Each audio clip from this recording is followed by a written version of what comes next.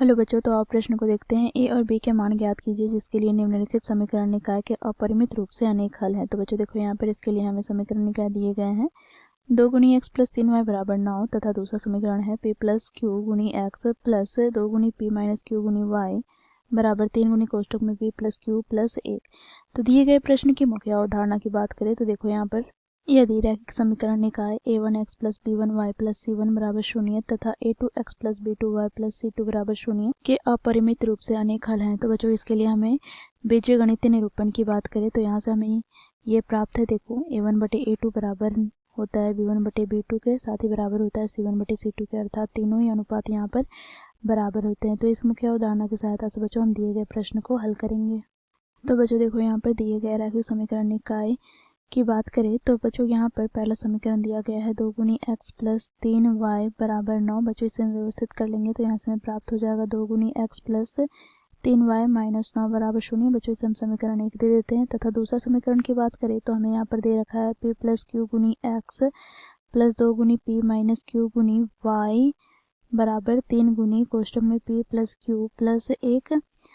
तो बच्चों इसे हम व्यवस्थित करेंगे तो यहाँ से हमें प्राप्त हो जाएगा p प्लस क्यू गुनी एक्स प्लस 2 गुनी पी माइनस क्यू गुनी वाई माइनस 3 गुनी कोष्टक में p प्लस क्यू प्लस 1 बराबर 0। तो इसे हम समीकरण 2 दे देते हैं।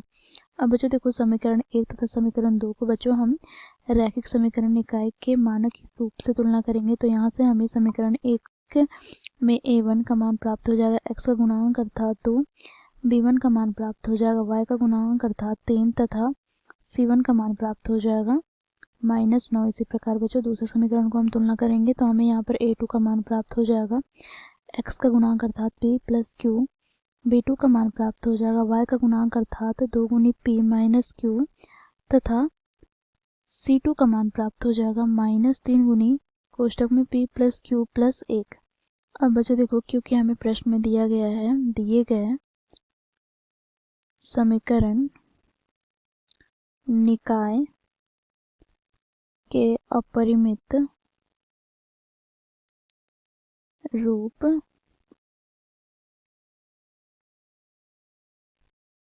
से अनेक हल हैं।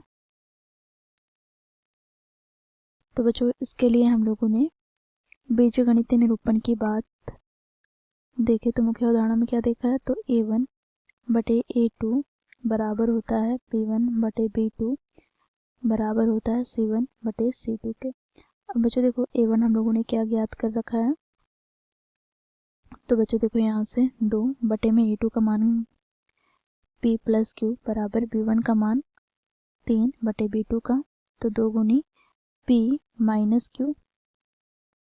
इसी प्रकार c1 का मान है -9 बटे c2 का मान है -3 गुनी कोष्टक में p प्लस क्यू प्लस 1। तो बच्चों देखो, यहाँ पर माइनस से माइनस कट जाएगा, 3 से हम 9 को विभाजित करेंगे तो 3 3 9। तो यहाँ से बच्चों हमें अनुपात प्राप्त हो गए हैं 2 बटे p प्लस क्यू बराबर 3 बटे 2 गुनी p माइनस क्यू बराबर 3 बटे p प्लस क्यू प्लस 1। अब बच्चों देखो, यहाँ पर हम क्या करेंगे, तो बच्चों किन्हीं दो अनुपातों का प्रयोग करके बच्चों हम समीकरण बनाएंगे। ठीक है, तो बच्चों ये अनुपात 1 है, ये अनुपात 2 और ये अनुपात 3। तो बच्चों देखो, यहाँ पर अनुपात पहला तथा दूसरा का प्रयोग करें तो यहाँ से बच्चों हमें क्या प्राप्त होगा, तो देखो यहाँ पर 2 बटे p प्लस क्यू बराबर 3 बटे 2 गुनी p माइनस क्यू। बच्चों इसे हम सरल कर लेते हैं तो यहाँ से त्रिगुणा करने पर हमें प्राप्त हो जाएगा 2 दूनी 4 p माइनस 2 गुनी क्यू बराबर यहाँ पर 3 गुनी p प्लस 3 गुनी क्यू। बच्चों देखो, यहाँ पर p वाले पद को एक साथ लिखेंगे तो 4 गुनी p माइनस 3 गुनी p बराबर हो जाएगा 3 क्यू प्लस 2 क्यू। तो यहाँ से हमें प्राप्त हो गया बच्चों p बराबर 5 क्यू। इसे हम समीकरण 3 दे देंगे। ठीक है, इसी प्रकार बच्चों देखो, हम अनुपात 2 तथा 3 का प्रयोग से यहाँ से हमें क्या प्राप्त होगा। तो बच्चों देखो दोनों अनुपातों को हम लोगों ने लिख लिया। अब बच्चों इसे हम हल करेंगे तो त्रिय गुना करते हैं। तो 3 गुनी पी प्लस 3 गुनी क्यू प्लस 3 बराबर क्या हो जाएगा। तो 3 दूनी 6 पी माइनस 3 गुनी क्यू। तो यहाँ से बच्चों हमें प्राप्त हो जाएगा क्या। तो 6 पी माइनस 3 पी। फिर बच्चों देखो बराबर क्या हो जाएगा।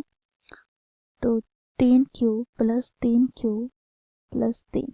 तो यहाँ से हमें प्राप्त हो गया 3 पी बराबर यहाँ पर 3 प्लस 3 कितना हो जाएगा 6 क्यू प्लस 3।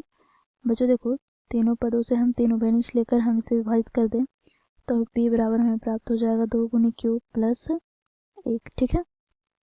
अब बच्चों देखो पी का मान हम समीकरण 3 से क्या रखेंगे। तो देखो यहाँ पर 5 क्यू बराबर क्या हो जाएगा।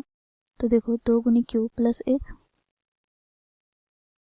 तो यहाँ से बच्चों देखो 5 क्यू माइनस 2 गुनी क्यू बराबर 1।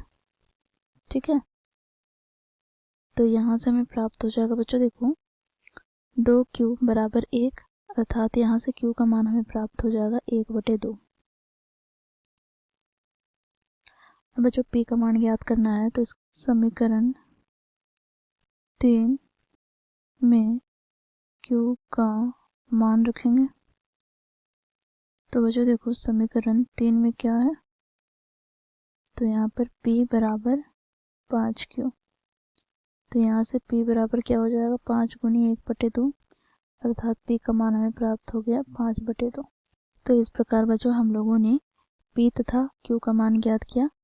तो P बराबर 5/2 तथा Q बराबर 1/2 मुख्य अवधारणा की सहायता से।